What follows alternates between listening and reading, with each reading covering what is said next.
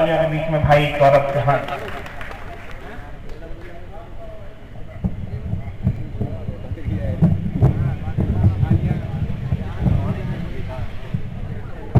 मंच को प्रणाम करता हूं और ये के लोगों को बहुत बहुत धन्यवाद प्रेषित करना चाहता हूं। कवि सम्मेलन रखा है, देश की स्थिति बहुत अच्छी है। 7 दिन पहले 6 जवान शहीद हुए। 3 दिन पहले चेन्नई एक्सप्रेस ने 100 करोड़ कमा लिए। क्या कहने हैं गौरव भाई? मनमोहन सिंह के मुंह में सोनिया गांधी ने अपनी चूड़ियां तोड़कर भर दी हैं। नीतीश भाई को टोपी लगाने से फुर्सत नहीं। राहुल गांधी बोल रहे हैं गरीबी एक मानसिक अवस्था है।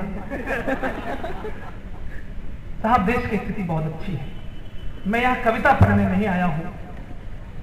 ये पिछले 1 महीने में जो पीड़ा मुझे मिली है वो आक्रोश में आपके बीच में रखने आया हूं।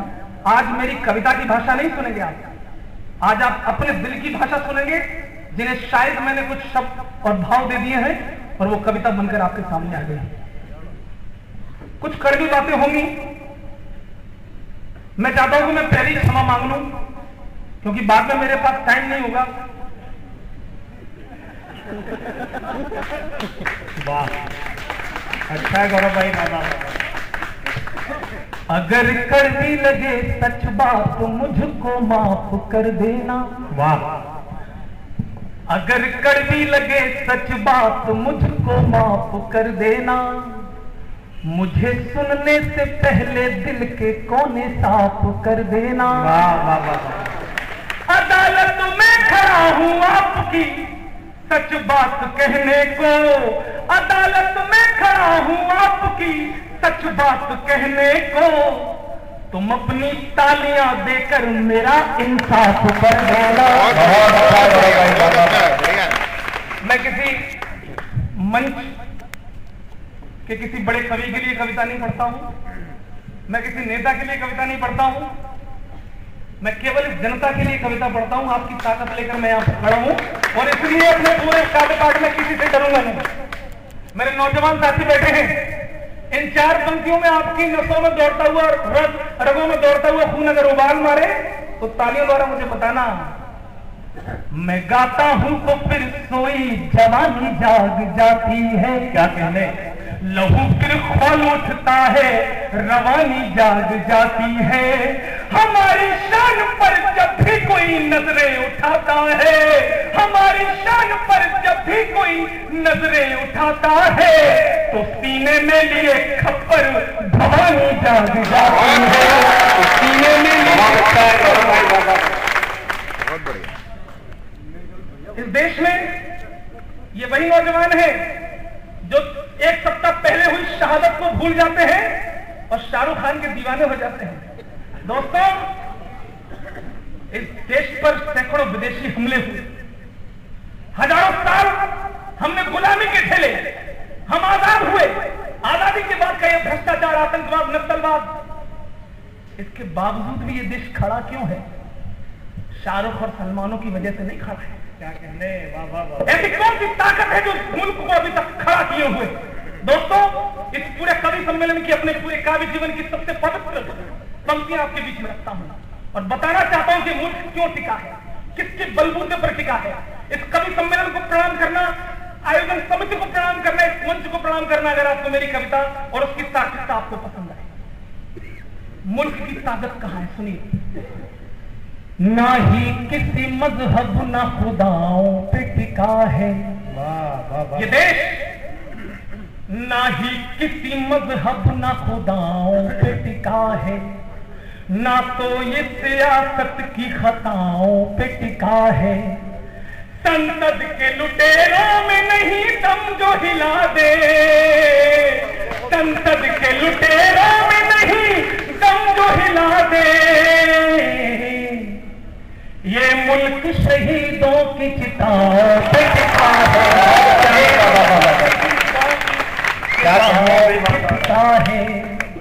लेकिन दिल देख के हालात वतन चीख रहा है।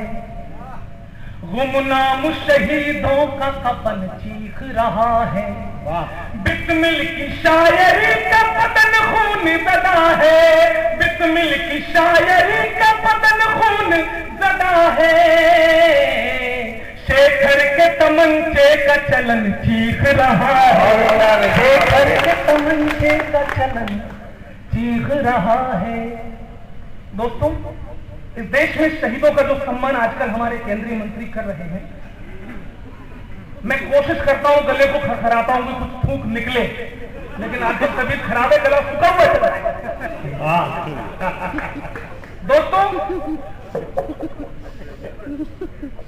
सिंहासन है मौन, जवानों के सर काटे जाते हैं। सुनना शुक्ला जी, आप बहुत अच्छा पढ़ के गए। ये रामलीला है, ये राष्ट्र लीला है, सुनिएगा। सिंहासन है मौन, जवानों के सर काटे जाते हैं, बंदूकों के बदले चूड़ी कंगन बांटे जाते हैं, कटे शीश का तनमा अपनी गोदी में रख रोती है, और हमारी दिल्ली मखमल के बिस्तर पर सोती है। अरे इनके इसी शिखंडीपन पर खून हमारा खोला है। अरे बागी बनकर बदला लो चंबल का पानी।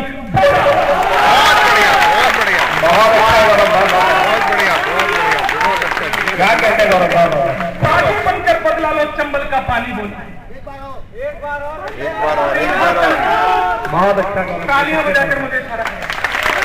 बहुत अच्छा गौरव भाई, बहुत अच्छा। सिंहासन है मौन, जवानों के सर काटे जाते हैं, बंदूकों के बदले चूड़ी कंगन बांटे जाते हैं, कटे शीश का तनमा अपनी गोदी में रख रोती है, और हमारी दिल्ली मखमल के बिस्तर पर सोती है। अरे इनके इसी शिखंडीपन पर खून हमारा खोला है। अरे बागी बनकर बदला लो चंबल का पानी बोला। अफजल और कसाब को फांसी पर चढ़ाकर प्रधानमंत्री सोच रहे हैं कि अगला परमवीर चक्र उनको ही मिलेगा,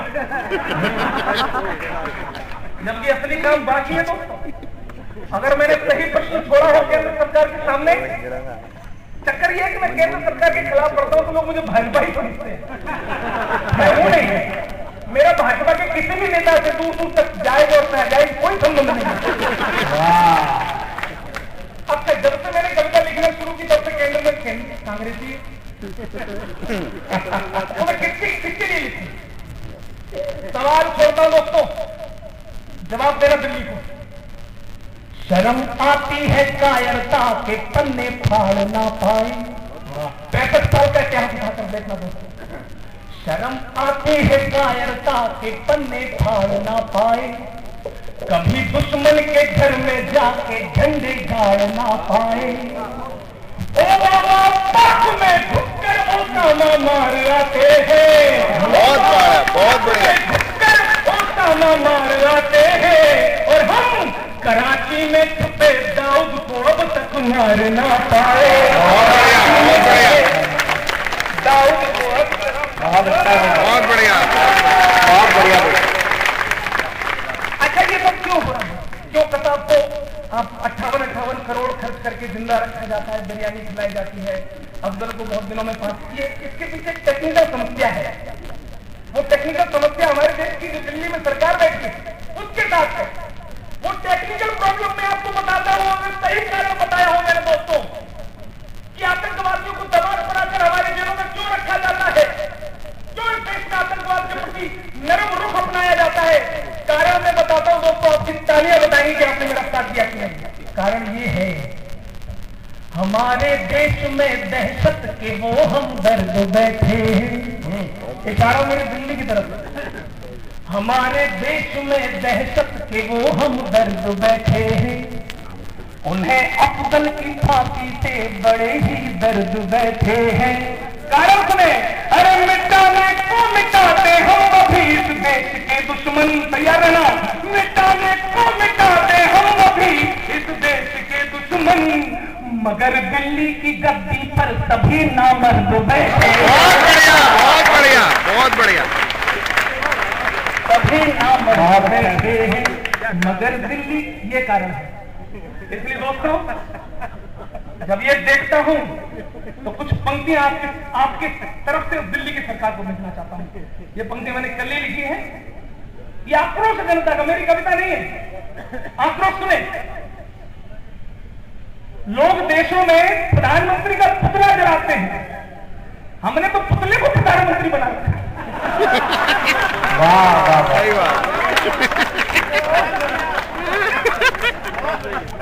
बढ़िया बढ़िया। पूछिए प्रधान से कि शत्रु यदि गोलियां दे, पूछिए प्रधान से कि शत्रु यदि गोलियां दे, बदले में क्या हमें गुलाब देना चाहिए? बहुत बढ़िया। वो हमारे सैनिकों के शीश सौंपते रहे क्या, हमें उन्हें गांधी की किताब देना चाहिए? आप यदि मौन रहे जनता कहेगी चीख, आपको शिखंडी का खिताब देना चाहिए। बहुत बढ़िया। आप रहे मौन तो ये जनता कहेगी चीख, आपको शिखंडी का खिताब देना चाहिए। और देश यही बोलेगा कि वक्त आ गया है अब पत्थर से ईंट का जवाब देना। बहुत बढ़िया, बहुत बढ़िया, क्या कहने में वाह वाह, बहुत अच्छा गौरव भाई, वाह वाह। बहुत बढ़िया, भेड़िया छुपा हुआ जो हिरन की खाल ओढ़े, बहुत बढ़िया। हर हमें उसका नकाब देना चाहिए। ये पंक्ति आपको जगाएंगी। भेड़िया छुपा हुआ जो हिरन की खाल ओढ़े, हर हमें उसका नकाब देना चाहिए। और संधि बंध तोड़ दीजिएगा छल पंथियों से, चोट पर चोट बेहिसाब देना चाहिए। अरे वो हमारे पांच मारे उनके 50 मारो, वो हमारे पांच मारे उनके 50 मारो। फौज को ये मंत्र कामयाब देना चाहिए। और करो पार करो, पार करो, पत्थर से ईंट का जवाब देना चाहिए। बहुत बढ़िया। अब हमें करना क्या है? करना हमें यह है कि संसद की मंडियों में खोल कर नेता बैठे, पूरा पढ़ने दो। वाह वाह वाह, संसद की मंडियों में खोल कर नेता बैठे, नोट वोट वाली वो दुकान छीन लीजिए। वाह वाह, संसद की मंडियों में खोल कर नेता बैठे, नोट वोट वाली वो दुकान छीन लीजिए। और सैनिकों के रक्त पे जो अमन की धूल डाले, उनके हाथों से वो विधान छीन लीजिए। हमले के वक्त भी जो शांति शांति जपती हो, हमले के वक्त भी जो शांति शांति जपती हो, अरे मारिए कटार वो जुबान छीन लीजिए।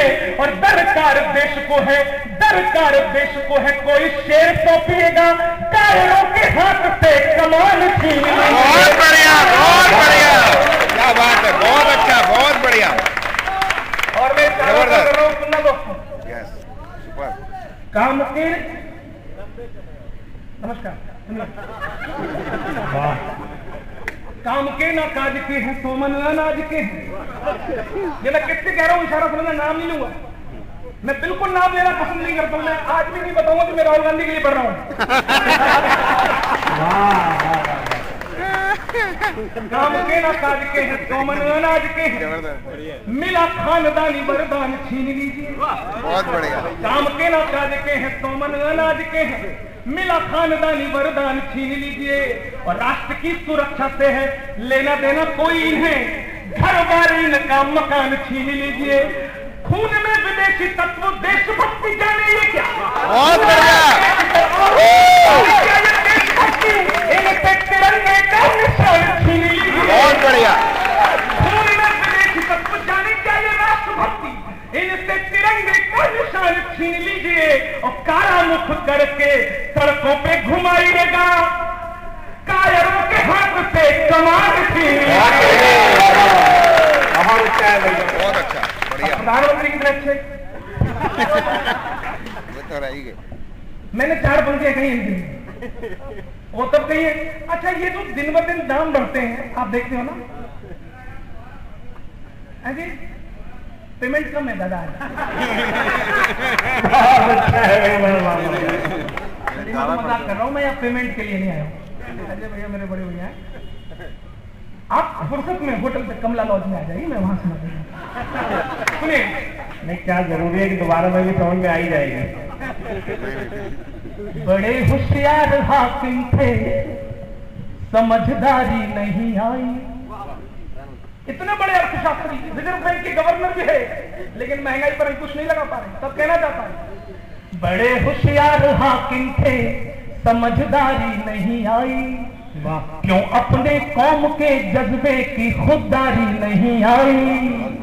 अभी तक नाचते आए हो मैडम के इशारों पर, अभी तक नाचते आए हो मैडम के इशारों पर, तुम्हें सरदार हो करके भी सरदारी नहीं आई, सरदार हो करके। बहुत अच्छा। इसलिए मैंने इनसे पूछा, हे प्रधानमंत्री जी, आसमां सर पे उठाने की जरूरत क्या थी? हर सप्ताह दाम बढ़ते हैं। आसमां सर पे उठाने की जरूरत क्या थी? हमको अब और सताने की जरूरत क्या थी? अपनी अय्याशियां ही थोड़ा सा कम कर लेते, अपनी अय्याशियां ही थोड़ा सा कम कर लेते, तेल के दाम बढ़ाने की जरूरत। बहुत अच्छा है। एक बार सोनिया गांधी के सपने में बापू आए तो बोले, बेटा सोनिया मरने से पहले मैंने कांग्रेस को कुछ चीजें सौंपी थी, वो कहाँ है?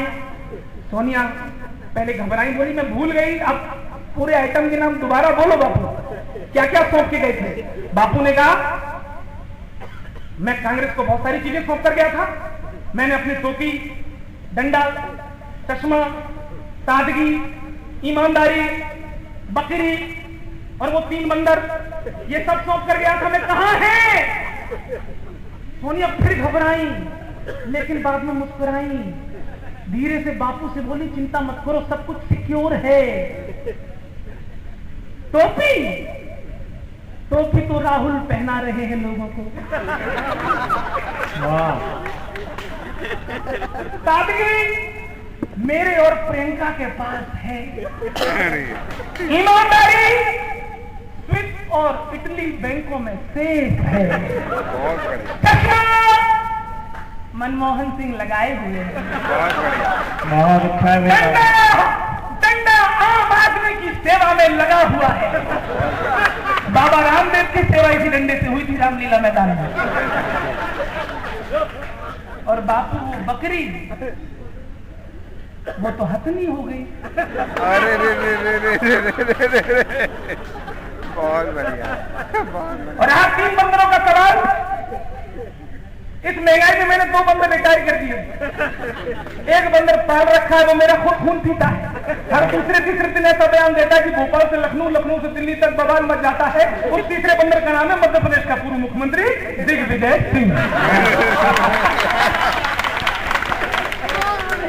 उल्टे सीधे बयान देते हैं। एक बार दिग्विजय सिंह बोले हिंदू आतंकवादी है, एक बार बोले बाबा रामदेव ठग है, एक बार बोले सुरेश कलमाड़ी निर्दोष है। एक बार भोपाल मिल गए मुझे, मैंने कहा भाई साहब ये बयानों की स्थिति क्यों दे रहे हैं? उन्होंने सफाई दी। और एक बार तो कमाल का बयान दिया था, ओसामा बिन लादेन को ओसामा जी कहा था, याद है आप लोगों को? हमने जब उनसे सफाई मांगी तो उन्होंने सारे बयानों की सफाई कुछ इस तरह दी, हिंदुओं को इसलिए कहा था आतंकवादी, चांद व सितारों का लिहाज करता हूं मैं। हिंदुओं को इसलिए कहा था आतंकवादी, चांद व सितारों का लिहाज करता हूं मैं। और बाबा रामदेव को कहा था ढोंगी, इसलिए दिल्ली के इशारों का लिहाज करता हूं मैं। कलमाड़ी को बताया निर्दोष मैंने क्यों की, चोर ठेकेदारों का लिहाज करता हूं मैं। और अंतिम पंक्ति पर 7 तालियां उठे आपकी। कलमाड़ी को बताया निर्दोष मैंने क्यों की, चोर ठेकेदारों का लिहाज करता हूं मैं। और ओसामा को ओसामा जी इसलिए बोला क्योंकि नाते रिश्तेदारों का लिहाज करता। बहुत अच्छा। राहुल गांधी बोल रहे हैं गरीबी एक मानसिक अवस्था है। एक गरीब आया 10 दिन वक्त के बाहर, मेरी बेटी को कैंसर है, 50 लाख रुपए चाहिए। राहुल गांधी का चपरासी बोलता है इसे मानसिक रोग के अस्पताल में ले जाओ। इस तरह की साहब गरीबों के साथ मजाक हो रहा है देश में। आपको याद होगा उत्तर प्रदेश में एक रैली करने आए थे 2 वर्ष पहले, और उत्तर प्रदेश के तमाम नौजवानों को उन्होंने भिखारी कह दिया। आप भिखारी हो, आपको याद है? किसको याद है? उन्होंने भिखारी कहा था नौजवानों को कि उत्तर प्रदेश के नौजवान भिखारी हैं, ये मुंबई और पंजाब में जाकर भीख मांगते हैं। दोस्तों, जवाब दिया है उत्तर प्रदेश के होने के नाते, आपका प्रतिनिधि होने के नाते मैंने जवाब भेजा है, और मैंने उनसे कहा है शायद आपने उत्तर प्रदेश को गौर से नहीं देखा। मैं बताता हूं उत्तर प्रदेश क्या है, और मैं ये भी बताता हूं कि भिखारी कौन है। भूल गए तुम शाम अवध की अमन तरक्की की बातें। बहुत बढ़िया मेरे सन ऑफ सोनिया, भूल गए तुम शाम अवध की अमन तरक्की की बातें। सुबह बनारस गंगा यमुना खुशहाली की सौगातें, भारत को मिठास देती गर्वीली गन्ने की फसलें, भारत को मिठास देती गर्वीली गन्ने की फसलें। कोई बात नहीं, कोई बात नहीं, कोई बात नहीं, कोई बात नहीं। फिर से पढ़ो, शुरू से आ गया। भूल गए तुम शाम अवध की अमन तरक्की की बातें, सुबह बनारस गंगा यमुना खुशहाली की सौगातें, भारत को मिठास देती गर्वीली गन्ने की फसलें, वीर सुता झांसी की रानी शेखर बिस्मिल की नस्लें, मेहनत कश खुददार जवानी बुंदेले मजदूर किसान, हाथ नहीं फैलाने वाले जाने कितने वीर जवान। अरे भारत को मजबूत बनाया जिस धरती के लालों ने, उनको ही बुजदिल कह डाला राजनीति की चालों ने। अरे हमें भिखारी कहते हो, अरे हमें भिखारी कहते हो, तुम कितने बड़े अनाड़ी हो। अरे वोट मांगते फिरते हो, खुद सबसे बड़े भिखारी हो। वाह वाह वाह वाह, गौरव भाई बात। एक छंद और एक 4 पंक्तियां, चूंकि टीम लंबी है मैं अपना दायित्व पूरा करूंगा। एक मैंने शोध किया है कि हमारे माननीय युवराज कांग्रेस के भावी प्रधानमंत्री उल्टे सीधे बयान क्यों देते हैं। मैंने एक रिसर्च किया, रिसर्च में पाया कि कुछ चीजें ऐसी होती हैं जो कभी खत्म नहीं होती, उनके साथ भी एक कलंक जुड़ा हुआ है। मैं उस कलंक तक आपको पहुंचाना चाहता हूं। एक एक तर्क से सहमत हो तो मेरा हर पंक्ति पर आपका हाथ उठाकर तालियों से अभिवादन होना चाहिए। सुनिएगा, तर्क में देता हूं, कुछ चीजें कभी खत्म नहीं होती। सुनिए, कृष्ण मंदिरों से चाहे पट जाए गली गली, मथुरा से कंस की निशानी नहीं जाएगी। क्या कहने, बहुत बढ़िया।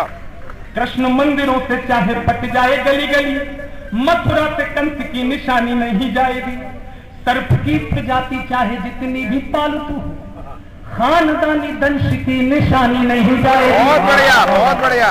दलितों के घर 4 रोटियां गटकने से राजशाही अंश की निशानी नहीं जाएगी। बहुत अच्छा। अंतिम पंक्तियों पर साथ समारोह होना चाहिए तालियों का।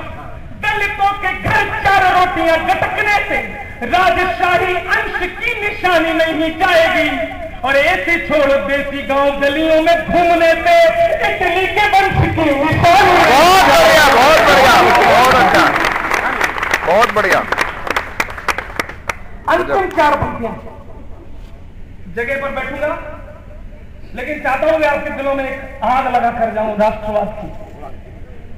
हमारे देश का एक नेता कहता है सबसे बड़ा मजहब है हमारा राष्ट्र, और राष्ट्र से बड़ा कोई मजहब नहीं। वो बोलते अब ऐसे व्यक्ति को याद करता हूं मैं, और प्रधानमंत्री जी से शुरुआत की थी, प्रधानमंत्री जी से फिर कह रहा हूं मैं,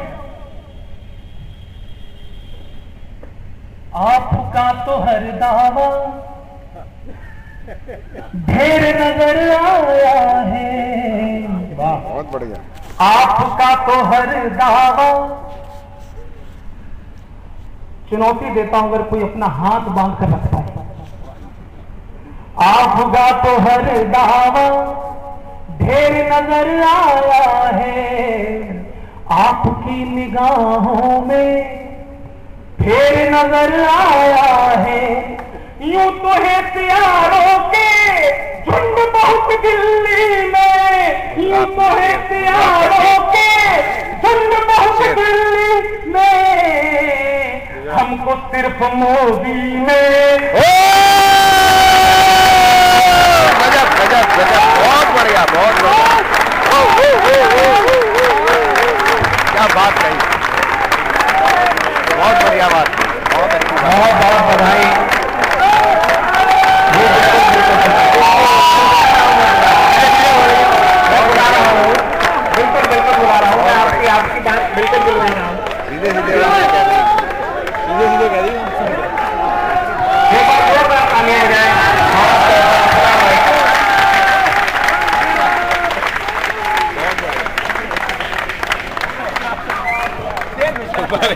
बढ़िया था, मस्त, दिल की बात।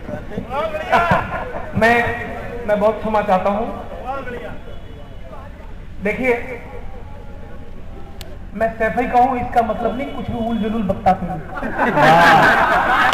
क्या कहने भाई बाबा, कुछ मर्यादा होती हैं, समझ रहे ना? बहुत अच्छे से समझ रहे हैं। कमल बहादुर को गिरफ्तार कर लिया गया। हाँ जी, very good, बहुत अच्छे। कुछ पंक्तियां और देना चाहता हूं। मैंने चर्चा चलाई थी, कोई शाहरुख को आदर्श मानता है, कोई क्रिकेट में दीवाना है। मेरे लिए इस देश में सबसे बड़ी चीज क्या है? मैं इस देश में सबसे बड़ा किसको मानता हूं? ऐसी कौन सी चीज है जो मेरी नजर में सबसे बड़ी है? सुनिएगा। अपनी माटी की इबादत से बड़ा कुछ भी नहीं। अपनी माटी की इबादत से बड़ा कुछ भी नहीं। मादरे हिंद की चाहत से बड़ा कुछ भी नहीं। सारे सम्मान रतन तमगे बहुत बोले हैं, सारे सम्मान रतन तमगे बहुत बोले हैं। एक सिपाही की शहादत से बड़ा सिपाही की बहुत बढ़िया, शहादत से बड़ा बढ़िया। कुछ भी नहीं। सिपाही की शहादत से बड़ा। दो पंक्तियां पढ़ना चाहता हूं और मैं वादा लेता हूं इनको पढ़ने के बाद फिर मैं बैठ जाऊंगा, आप लोग बुलाएंगे नहीं। बड़ी अजीब बात है। अगर कोई नेता रजा मुराद जी बोले बयान देकर, सबने सुना होगा यस यस, कि टोपी लगाने से किसी का धर्म नष्ट नहीं होता। ये मोदी जी टोपी क्यों नहीं लगाते? मैंने जवाब दिया, अगर टोपी लगाने से धर्म नष्ट नहीं होता है तो वंदे मातरम कहने से भी धर्म नष्ट नहीं होता। बहुत बढ़िया, बहुत बढ़िया, बहुत अच्छा। पर वंदे मातरम जिसे स्वीकार नहीं है, बहुत बढ़िया, पर वंदे मातरम जिसे स्वीकार नहीं है, भारत की अस्मिता से उसे प्यार नहीं है। बहुत बढ़िया, भारत को माता कहने में आए जिसे शर्म, भारत को माता कहने में आए जिसे शर्म, इस देश में रहने का वो हकदार नहीं है। इस देश में रहने का वो बहुत अच्छा हकदार नहीं है। बहुत बढ़िया। अंतिम दो पंक्तियां जिनकी वजह से ना तो मुझे कोई टीवी चैनल बुलाता है कविता पढ़ने के लिए। वाह, तुम्हें टीवी चैनल की जरूरत क्या है? मेरे घर में सरकारी नल है और मुझे किसी चैनल की जरूरत नहीं है, तो बहुत अच्छा चलता है। और उसी का पानी पीकर, उस चंबल के हेडपंप का पानी पीकर ये जोश आता है मेरे अंदर। क्या कहते हैं? सुनिएगा, चार पंक्तियां विवादित हो सकती हैं, जहां भी पढ़ा है बवाल कटाए, फिर भी पढ़ता हूं। ये मैंने विनती की थी, वंदे मातरम बोल दो भाई साहब, हमें खुशी होगी। बोल दो भाई साहब, वंदे मातरम। ये इमाम बुखारी जिस दिन जामा मस्जिद में खड़े होकर बोलेंगे उस दिन मुझे खुशी होगी। बहुत बढ़िया, जो लोग अभी भी वंदे मातरम कहने से सर हिलाते हैं, हम नहीं कहेंगे। मजहब का सवाल है, सुन ले। 2014 के बाद मुलाकात करूंगा उनसे। बहुत बढ़िया। अगर हम ठान ले, आपको कसम है मुझे दोबारा नहीं बुलाना, मैं थका हुआ, मेरी तबीयत खराब है, मैंने खाना भी नहीं खाया। अगर हम ठान ले तो सबके सब रास्ते पे आ जाएं। बहुत ये बढ़िया, हम कर नहीं पा रहे हैं। हम यादव, ठाकुर, बनिया, जाटव इसमें फंसे हुए। सही बात, बहुत बढ़िया। अगर हम ठान ले तो सबके सब रास्ते पे आ जाएं। जरा गुस्सा दिखाएं तो कोई जरूरत न कर पाए। अगर दिल्ली की गद्दी पर भी किस दिन आ गया मोदी, तुम्हारे बाप के भी बाप होंगे न।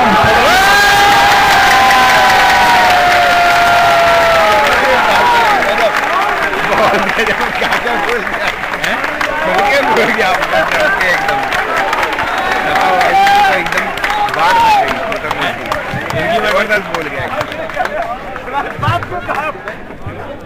एक बार पूरे सदन से जोरदार तालियों से उसका अभिनंदन करें।